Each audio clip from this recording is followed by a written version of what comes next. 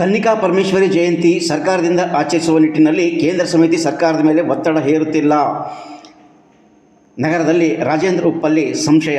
ಕನ್ನಿಕಾ ಪರಮೇಶ್ವರಿ ಜಯಂತಿ ಸರ್ಕಾರದಿಂದ ಆಚರಿಸುವ ವಿಷಯದಲ್ಲಿ ಕೇಂದ್ರ ಸಮಿತಿ ಸರ್ಕಾರದ ಮೇಲೆ ಒತ್ತಡ ಹೇರ್ತಿಲ್ಲ ಅನ್ನೋ ಸಂಶಯ ನನಗೆ ಬರುತ್ತಿದೆ ಅಂತ ಆರ್ಯವೈಶ್ಯ ಸಮಾಜದ ಮುಖಂಡ ರಾಜೇಂದ್ರ ಉಪ್ಪಲ್ಲಿ ಅವರು ಸೋಮವಾರ ನಡೆದ ಸಭೆಯಲ್ಲಿ ಕೇಂದ್ರ ಸಮಿತಿಯ ಮೇಲೆ ಸಂಶಯವನ್ನು ವ್ಯಕ್ತಪಡಿಸಿದರು.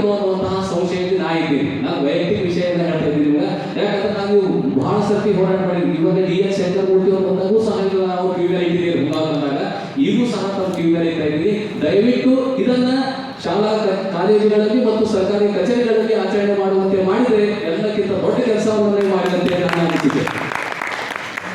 ಆಗ ಸೌಲಭ್ಯಗಳು ಸರಿಯಾಗಿ ಸಿಗ್ತಾ ಇಲ್ಲ ಅನ್ನುವಂಥದ್ದು ನಮ್ಮ ಕೆಲವು ಜನರಲ್ಲಿ ತಮಗೆ ಸಂದೇಶವನ್ನು ಕಳಿಸ್ತಾ ಇದ್ದಾರೆ.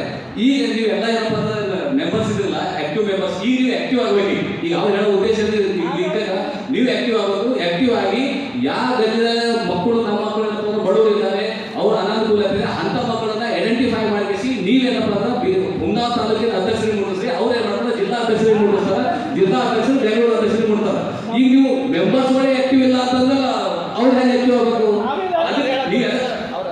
ಅದೇ ನೀವೆಲ್ಲ ಹೇಳೋದು ಕರೆಕ್ಟ್. ಅದಕ್ಕೆ ಹೇಳೋದನ್ನ ನಾವೇನು ಈಗ ನೀವೆಲ್ಲ ಹೊಸ ಮಂದಿ ಆಕ್ಟಿವ್ ಆಗಿ ನಮ್ಮ ಸಮಾಜ ಯಾರು ಹಿಂದುಳಿದಿಲ್ಲ ಅಂಥವ್ರನ್ನ ನೀವು ಒಂದು ಕಡೆ ಮಾಡಿಸಿ ಸೌಲಭ್ಯವನ್ನು ಒದಗಿಸಿಕೊಡಿ ಅಂತ ಅವ್ರು